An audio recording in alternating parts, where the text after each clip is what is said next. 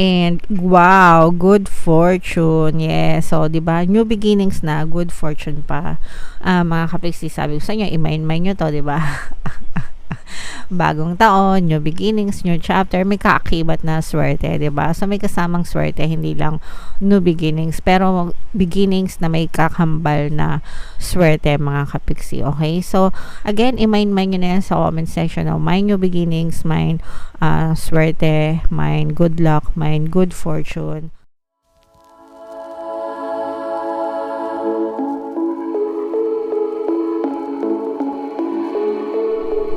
Hello guys, hello Capricorn, welcome back to Pinay Pixie Tarot. Ang pamagat ng episode natin for tonight is messages from the universe para ngayong December to January, mga kapiksi, para sa Capricorn, Sun, Moon, Rising, Sign, and Venus. General reading lang guys, pwede mag-resonate, pwedeng hindi. Combination ng positive and negative energy. So comment down below guys if feeling nyo naka-resonate kayo sa mga messages para sa inyo. So, yung first message para sa inyo guys, we have competition, summon courage, and self-confidence. So, yung competition, mga kapiksi, you have to understand na yan ay bahagi ng ating society, no? Simula nung maliliit pa tayo hanggang malaki na tayo sa loob ng tahanan or sa labas ng tahanan, mga kapiksi. Excuse me. Palaging merong competition. So, ang pinaka best na practice pagdating sa competition is to practice becoming the better version of yourself. Okay, ibig sabihin, wag mong ikumpara yung sarili mo sa ibang tao. Wag mong ikumpara yung kakayahan mo sa ibang tao kasi magkakaiba tayo, mga kapiksi. Okay, and kung mas magaling sila sa inyo, it doesn't mean na less magaling ka. It only means na baka mas praktisado sila or baka mas pinagbuhusan nila ng attention at panahon kesa sa'yo, or baka alam nyo yun, depende sa effort, depende sa capabilities, kakayahan, mga kapiksi. Alright, and again, sabi ko nga, mag-focus kayo sa sarili nyo to become a better version of yourself, imbis na mag-focus kayo dun sa inyong ka-competitor, mga kapiksi. Okay? Alright. And yung next message para sa inyo, Capricorn. Face your fears, mga kapiksi, no? Release the power of fear. So, pagdating sa fear, guys, ang pinaka-the best na ini-explain ko sa inyo is yung statement or passage dun sa book na The Dune or Dune. Movie na rin yun, guys. So, sa March pa palabas na yung part 2. Sabi ng author doon, I must not fear. Fear is the mind killer. It's a little death that brings obliteration. So, yun yung isa sa siguro pinakamaganda na narinig ko statement about fear. Dapat hindi tayo natatakot. Fear is the mind killer. In layman's term, mga kapiksi, yung mga takot at duda, yan yung pumapatay sa ating isipan, no? Yan yung pumapatay sa ating mga pangarap sa buhay. Kapag natakot tayo nang walang dahilan, game over na, mga kapiksi. And we're just creating these reasons para matakot tayo, but in reality, everything is empty and meaningless. So, ibig sabihin lang guys, wag nyong hayaan na kainin kayo ng takot, ng duda, para hindi nyo matupad yung mga pangarap nyo sa buhay. Instead, face your fears, be courageous, have faith. Yung kabaligtaran ng fear, mga kapiksi, is faith, no? Pagtitiwala, pagsampalataya. So, trust the divine, trust the universe, and trust yourself that everything is working out in your favor, diba? So, i-comment nyo sa baba, mga kapiksi, I must not fear. I must not fear. O kaya, everything is always working out in my favor. Para talagang hindi kayo matakot, mga kapiksi. Okay? Alright. So, yung next message for you, Capricorn. Pick your battles wisely. Confrontation, guys, hindi lahat kinokomentan, no? Hindi lahat sinasawsawan. Especially sa panahon ngayon, parang nabubuhay tayo dahil sa social media. Or most of the people nasa social media. Hindi lahat ng nababasa nyo totoo, hindi lahat ng nakikita nyo totoo, mga kapiksi. Pumili kayo kung saan nyo sasayangan yung energy nyo. Minsan kapag makapag-scroll ka ng social media, may isang video lang na in-upload, ang dami-daming comments, diba? May masabi lang. So, Huwag nating i-judge, guys, yung ibang tao. And huwag nating sayangan yung energy natin sa mga bagay na walang kakwenta-kwenta. Okay? Instead, invest your energy on yourself, mga kapiksi. Mas maganda pa yung mangyayari sa buhay nyo. Okay? Seek clarity, mga kapiksi. For some of you, kung naguguluhan kayo, may mga gumagambala sa isip nyo, hindi kayo mapakali, ganyan, baka may mga tanong kayo sa isip nyo. So, magdasal kayo, guys. Magdasal, mag-meditate. Yung meditation, makakatulong yan para mag-subside yung momentum of thoughts nyo. Kapag nag-subside yung momentum of thoughts nyo, ibig sabihin, mag-subside yung pag-iisip nyo, no? Yung mga gumagambala sa inyo. Kapag kumalmang isip nyo, mga kapiksi, through meditation, nagiging malinaw yung isip nyo kasi natatahimik yung mga brain cells nyo. Okay, so meron tayong Tagalog guided meditation dyan, guys, sa ating homepage. Tingnan nyo lang, mga kapiksi, and pakinggan nyo lang. Maaaring makatulong sa inyo, guys, para kumalma yung mga isip nyo. Alright? And then, yung next message for you, Capricorn, new beginnings. Ayan, sobrang ganda, no? Kasi December to January 2024, bagong taon, bagong simula, bagong pag-asa, diba? Bagong journey, bagong chapter ng buhay nyo, mga kapiksi, okay? So, begin your new life, samantalahin nyo to, mga kapiksi.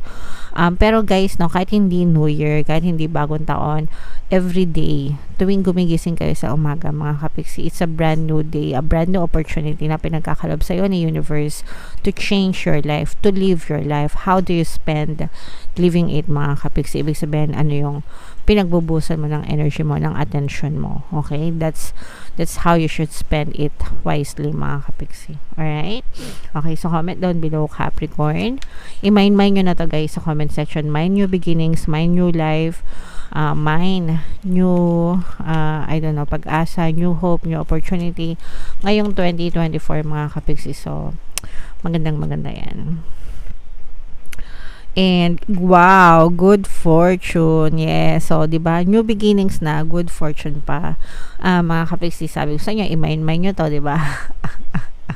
Bagong taon, new beginnings, new chapter, may kaakibat na swerte, 'di ba? So may kasamang swerte, hindi lang new beginnings, pero beginnings na may kakambal na swerte, mga kapiksi. Okay? So again, i-mind nyo na yan sa comment section. Mind new beginnings, mind swerte, mind good luck, mind good fortune.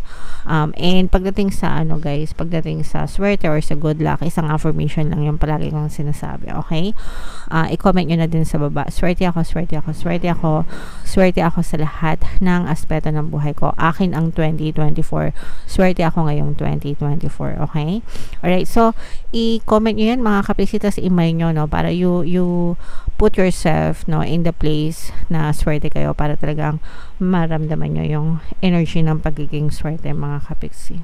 Alright? Grabe. Kagandang mensahe naman yan para sa inyo na universe, guys. So, comment down below if feeling nyo naka-resonate kayo. Bubunot pa tayo ng additional message para sa inyo, guys. Ito naman yung deck na gagamitin natin.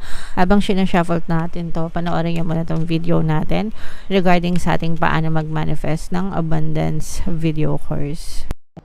Kapiksi, sawa ka na ba sa mga struggles at hirap sa buhay mo? Masipag ka ba at masikap sa buhay ngunit hindi ka pa rin umaasenso? Ilang beses ka na bang nag-attempt magnegosyo at mag-invest pero palagi ka pa rin nalulugi? Sa pagkakataon na ito ay maaaring may subconscious beliefs ka na nagiging balakid sa iyong pag-unlad at pagyaman. Introducing, paano mag-manifest ng abundance video course.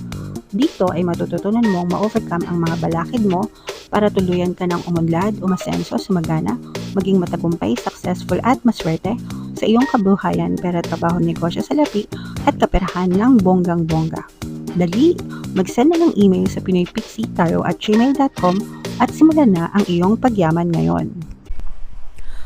Alright, so gusto mo bang yumaman, kapiksi? Kung gusto mong yumaman, umunlad at umasenso ng bonggang-bongga, mag-avail ka na ng course, guys, kasi sobrang ganda talaga niyan. And good news, no, ongoing yung sale natin dahil Christmas season ngayon, magbibigay ako ng 10% discount plus 1 free pampaswerte subliminal guys sa lahat na mag-avail ng course. Kaya mag-avail na kayo mga kapiksi.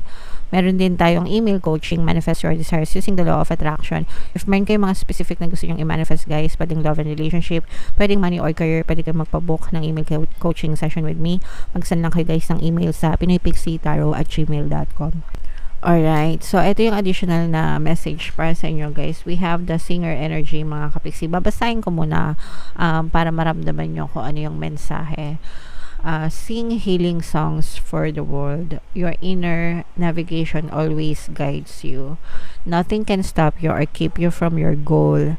Align with your purpose and the power in your soul. So, for some of you mga kapiksi, baka may mga pinagdadaanan kayo na hindi maganda sa mga kalooban nyo, sa buhay nyo. Baka meron kayong mga kinikim-kim na mga sama ng loob sa buhay nyo dahil sa mga emotional pain na pinagdaanan nyo dahil sa mga problema mga kapiksi. So, this is the best time for you to let it go guys, no? And sing healing for your song. So, guys, makakatulong sa inyo yung ating Ho'oponopono and self-love subliminal dito sa ating channel. Sa mga kapiksing natin na nagdadanas ng emotional pain, matutulungan kayo guys noon. Papakinggan nyo lang, wala kayong ibang gagawin kasi may mga affirmations yon for healing. And kung babasahin nyo yung mga success stories noon, sobrang dami na mga kapiksi. So pakinggan nyo guys para makatulong sa inyo sa inyong pag-recover mga kapiksi. And yung inyong intuition mga kapiksi, no, kayo ay ginagabayan sa tamang landas ng inyong mga gabay mga kapiksi. So always listen to your intuition mga kapiksi, and walang makakapigil sa inyo. Okay, walang makakapigil sa inyo sa pag-aabot ng inyong mga goals, sa pag-abot ng mga pangarap nyo sa buhay. Kailangan nyo lang i-align yung sarili nyo with your purpose and the power of your in your soul mga kapiksi. So always believe in yourself, always believe in yourself. Okay, so always believe in yourself mga kapiksi. Palagi kayong maniwala sa sarili nyo. Alisin nyo yung takot, alisin nyo yung duda. Ito, yung mga takot na yan, yung mga duda na yan, alisin nyo mga kapiksi, and always believe in yourself. And i-embrace nyo itong mga new beginnings na to, and itong mga good fortune sa buhay nyo para talagang matamasan nyo siya sa inyong buhay. And again guys, always focus on yourself mga kapiksi. Kailangan ang focus ng attention nyo ay palaging nasa sarili nyo mga kapiksi. Let your world revolve around you mga kapiksi, no? Don't mind other people. They do not matter in your 3D. In your 3D, ikaw lang yung importante because it's your reality. Okay? Alright, so comment down below guys if naka-resonate kayo dyan sa mga messages for you from the universe. Ito yung ating 2024 kapalaran. Kung hindi nyo pa napapanan guys, manoorin nyo na. Super nice, super ganda. And ito naman yung ating success stories ng paano mag-manifest ng abundance video course. Click here to subscribe guys. Thank you for liking, sharing, and subscribing, and see you again next time. I love you all. Have a nice day. Bye bye.